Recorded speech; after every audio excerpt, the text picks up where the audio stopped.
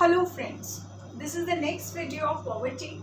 In the first video, I have described what is poverty and what are the major aim of government during the planning period for poverty, focusing towards the poverty.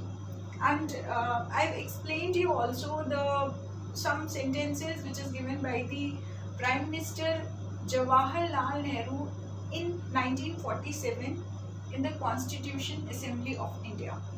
In the last video, we have discussed that. Now, in this video, we need to understand who are poor. Poor होते कौन है? Because when we are able to understand who are poor, we can segregate them and we can do something for them. We can arrange some yojanas and programs, and we can provide basic requirement of their life also. So to help them, first of all, we need to understand who are poor. होते कौन है गरीब? So to understand who are poor, there is a story in NCERT book that I just want to tell you. There are two girls. One is the name. One is Anu and one is Sudha. There are two girls in that story. One girl whose mother and father work in construction areas, जो ये मजदूर होते हैं, जो गांव से आते हैं, मजदूरी करते हैं. And the other girl that is Sudha के जो पेरेंट्स हैं, दे आर वेरी मतलब जो फादर हैं वो बिजनेसमैन होते हैं, जो मदर होती है वो हाउस होल्ड वर्क करती हैं. एंड जो सुधा है वो बहुत ही अच्छी फैमिली को बिलोंग करती है. बात है अनु और सुधा के होने से पहले की. जब अनु का बर्थ होने वाला था तब उसकी मदर के पास कोई हेल्थ केयर फैसिलिटी नहीं थी. तो जहाँ वो वर्क कर रही थी वहीं पे उसका जो अनु है उसका बर्थ हुआ था. At that situation which is very unsafe for a child. उसके बर्थ के लिए काफ़ी अनसेफ है, without having any hospital facility, health care facility. उसका बर्थ हुआ. आफ्टर दैट जब उसका बर्थ होता है तो उसकी जो मदर होती है उसको एक पुरानी जो उसकी साड़ी होती है उसके अंदर उसको पूरा टाई करके और उसको सुला देती है और वापस से वो काम पे चली जाती है. रीज़न भी क्योंकि उसकी जो मदर की जो एम्प्लॉयमेंट होती है वो बहुत अनस्टेबल होती है. यानी कि उसको डर होता है कि अगर मैं आज काम पे नहीं जाऊंगी तो मुझे जॉब से शायद से हटा देंगे. और वहीं दूसरी तरफ सुधा जो एक बहुत बड़े अच्छी बिजनेसमैन की जो बेटी है, उसका जब बर्थ होने वाला होता है तो उसको बहुत ही बढ़िया से बढ़िया हॉस्पिटल में उसका बर्थ होता है. उसको बहुत ही केयर से रखा जाता है. उसकी मम्मी उसके पास ही होती है. उसको जब भी भूख लगती है तो उसको फीड कराती है. ये सुधा के साथ हो रहा था. अब वापस से हम अनु के पास आते हैं. अनु क्योंकि एक गरीब उसके मम्मी पापा हैं, रोज़ उसको छोड़ के काम पे जाते हैं. वो अपना खाना खुद ढूंढती है, कचरे में से कुछ खाती है. और उसको पढ़ने के लिए स्कूल नहीं भेजा जाता क्योंकि उसके मम्मी पापा के पास इतना नहीं है कि वो पढ़ने के लिए भेजे. वो बहुत ही अच्छा डांस करती है, उसके मूवमेंट बहुत अच्छे हैं, बहुत ब्यूटीफुल भी लगती है. बट क्योंकि एक डांसर बनना चाहती थी, but at the age of 12 उसको फोर्स किया जाता है कि तुम भी जॉब पे अब जाओ, तुम भी काम करो, मजदूरी करो, क्योंकि उनके पास 2 वक्त का खाना नहीं हो पाता. तो एट द एज ऑफ 12 बहुत छोटे से बच्चे को काम पे लगा दिया जाता है और उसको स्कूल नहीं भेजा जाता है. उसकी जो स्किल्स हैं वो डेवलप नहीं होती हैं. जबकि अगर हम सुधा की बात करें, जो एक उसके फादर बहुत अच्छे बिजनेसमैन हैं, उसको अच्छे से अच्छे स्कूल में उसका एडमिशन होता है. उसकी बहुत अच्छी टेक केयर होती है.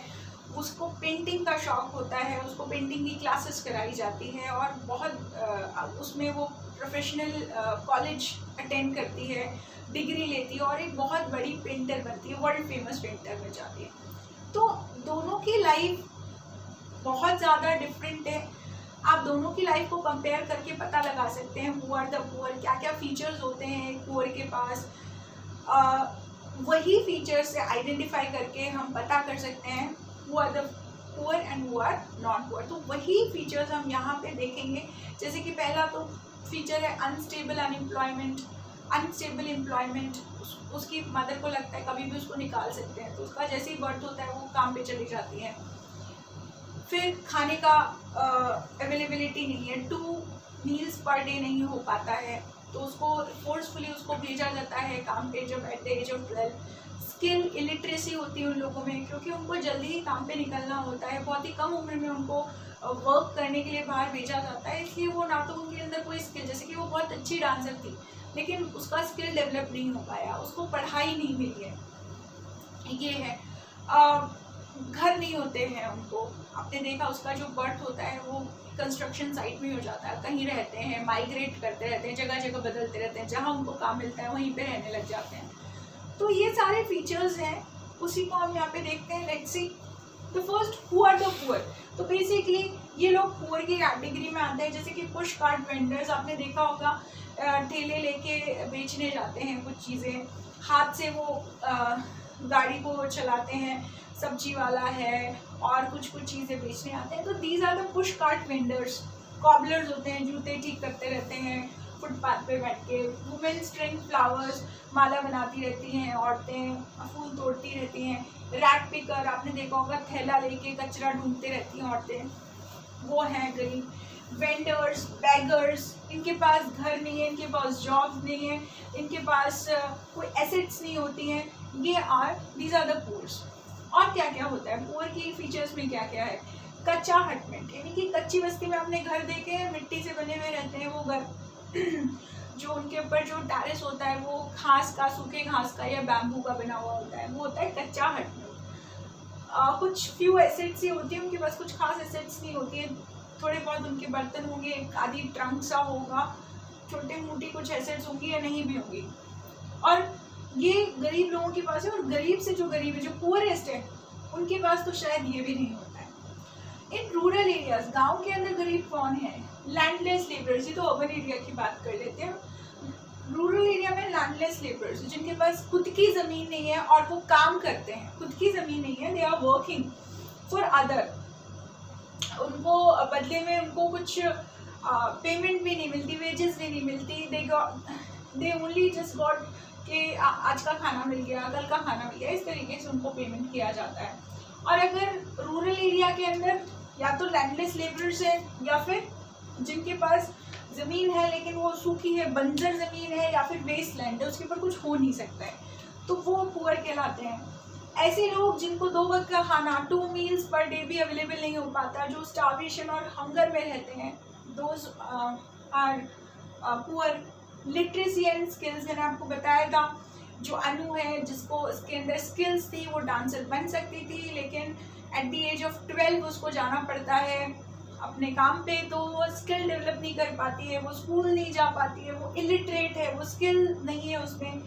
वेरी लिमिटेड इकोनॉमिक अपॉर्चुनिटीज़, बहुत ही कम उनके पास इकोनॉमिक अपॉर्चुनिटीज़ होती हैं अपने आप को डेवलप करने की, अपने आप को एम्प्लॉय करने की। अनस्टेबल अनएम्प्लॉयमेंट, कभी भी उनकी जॉब जा सकती है। आज अगर काम पे नहीं गए तो शायद कल उनको जो कंस्ट्रक्शन साइट पे जो एम्प्लॉयर है वो उनको हटा देगा, तो उनकी जॉब्स अनस्टेबल होती हैं। खाना उनको प्रॉपरली नहीं मिलता, तो माल न्यूट्रिशन के शिकार होते हैं, बीमार रहते हैं, फिजिकली वीक होते हैं, डिसेबल भी हो जाते हैं, आँख खराब हो जाती है, हाथ खराब हो जाते हैं, डिसेबिलिटी हो जाती है। क्रोनिक इनडेटनेस, क्रोनिक इनडेटनेस का मतलब उनके पास 2 वक्त के खाने के पैसे नहीं होते, तो क्या करते हैं? लोन लेते हैं। अभी लोन लेंगे तो आपको बैंक तो लोन देगा नहीं, कौन लोन देगा? मनी लेंडर्स हो गए, ट्रेडर्स हो गए, ये लोग लोन देते हैं, very high rate of interest. वो लोन को तो आप पे नहीं कर पाते, और उसका इंटरेस्ट भी प्रिंसिपल अमाउंट से भी ज़्यादा हो जाता है। लोन को चुकाने के लिए फिर हम किसी और से लोन लेते हैं, फिर लोन को चुकाने के लिए फिर किसी और से लोन लेते हैं, तो ये लोन के उसमें आ जाते हैं जाल में, जिसको हम कहते हैं डेब्ट ट्रैप। लोन को चुकाने के लिए लोन लेते हैं। क्रोनिक इनडेटनेस, लंबे समय तक ये कर्जे में रहते हैं। एक्सप्लॉइटेशन होता है इनका, एक्सप्लॉइटेशन, जो एम्प्लॉयर होता है उनको मालूम है इनको जॉब की बहुत ज़रूरत है, तो बहुत ही कम से कम वेजेस के अंदर इनसे काम कराता है। इनके पास नेगोशिएबिलिटी नहीं होती है, इनको तो बहुत ज़रूरत है काम की, पैसों की बहुत ज़रूरत है, खाना नहीं खाया होता है इन्होंने, इनको एक्सप्लॉइट किया जाता है, बहुत ही कम वेजेस पे इनको काम कराया जाता है। इनके पास इलेक्ट्रिसिटी नहीं होती है। ये लोग खाना किस में बनाते हैं? जो लकड़ी से ये चूल्हा जलाएंगे, या फिर काऊ डंग होता है उससे चूल्हा जलाते हैं और फिर अपना खाना बनाते हैं। इनके पास LPG कनेक्शंस नहीं है, इनके पास पानी की सुविधा नहीं है, सेफ ड्रिंकिंग वाटर नहीं है, gender inequality is there. Gender inequality का मतलब क्या होता है? एजुकेशन में अगर इनके घर में अपॉर्चुनिटी होती है पढ़ाई लिखाई के लिए तो मेल को भेजा जाएगा, फीमेल को नहीं। डिसीजन मेकिंग करना होगा घर में, अगर कोई डिसीजन लेना होगा तो मेल ही लेगा, फीमेल नहीं ले सकती। एम्प्लॉयमेंट के लिए भी बेटर एम्प्लॉयमेंट अपॉर्चुनिटी मेल ही जाएगा, फीमेल नहीं जाएगी। तो gender inequality is there because there is illiteracy. जहाँ इलिटरेसी है वहाँ पे जेंडर इनइक्वालिटी होगी।